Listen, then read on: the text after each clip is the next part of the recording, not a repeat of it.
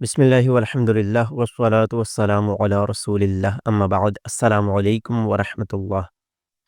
আমরা আল্লাহর ওয়ালিদেরকে ভালোবাসি এবং তাদেরকেও ভালোবাসি যারা আল্লাহর ওয়ালিকে ভালোবাসে। তবে কখনো কি চেষ্টা করেছি আমরা নিজে আল্লাহর ওয়ালি কিভাবে হব? আল্লাহর ওয়ালি হওয়ার উপায় কি? আল্লাহর ওয়ালিকে ভালোবাসি, কিন্তু আমরা আল্লাহর ওয়ালি কিভাবে হতে পারি? আল্লাহ যাকে পছন্দ করেন সেই বান্দা আমরা কিভাবে হতে পারি? দেখেন, এখানে আমি অনেকগুলো আমল এবং দান করতে হবে, সদকা দিতে হবে, এগুলো বিষয় নিয়ে কথা বলব না। আল্লাহ সুবহানাহু ওয়া তাআলা নিজেই বলে দিয়েছেন কোরআনুল কারীমে ওয়ালি কিভাবে হওয়া যায়। আমরা আ বক্তাদের কাছে অনেক শুনেছি ওয়ালির কারামত, ওয়ালির মর্যাদা এবং আল্লাহর ওয়ালিকে ভালোবাসা। তবে নিজে আমরা অলি হতে পারি। কিভাবে? শুনুন। আল্লাহ সুবহানাহু ওয়া তাআলা বলছেন, আলা ইন্না আউলিয়া আল্লাহি লা খাউফুন আলাইহিম ওয়া লা হুম ইয়াহজানুন। সর্বপ্রথম ওয়ালি হলে তার বেনিফিট কি? দেখেন, যেকোনো কাজের দিকে যখন কাউকে উৎসাহ দেওয়া হয়, তখন সেই কাজের আগে বেনিফিট সেই কাজের উপকার কি? সেই কাজ করলে সে কি লাভবান হবে? সে বিষয়টি তুলে ধরা হয়।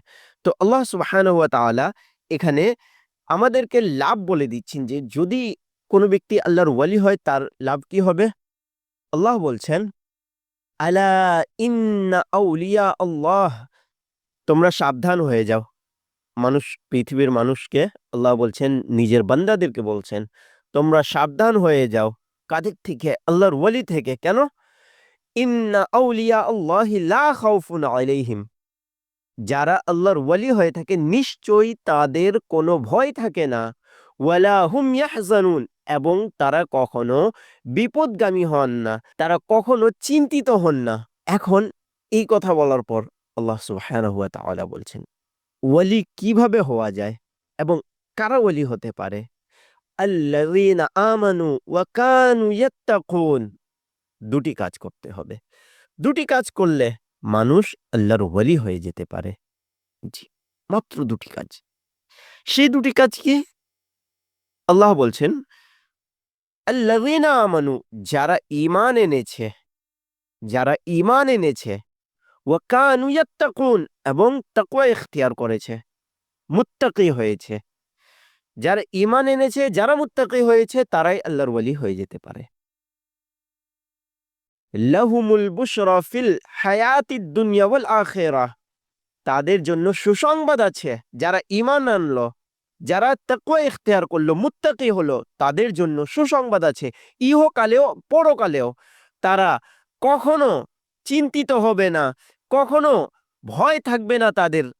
তারা আল্লাহর বন্ধু হয়ে যাবে। কারা?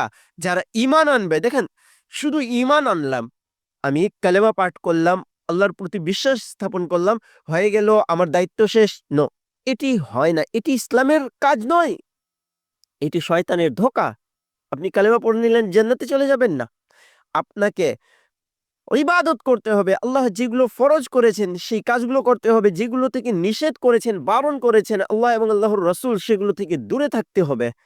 তখনই আপনি মুত্তাকি হবেন। আর যখন মুত্তাকি হবেন, তখনই আপনি আল্লাহর ওয়ালি হতে পারবেন।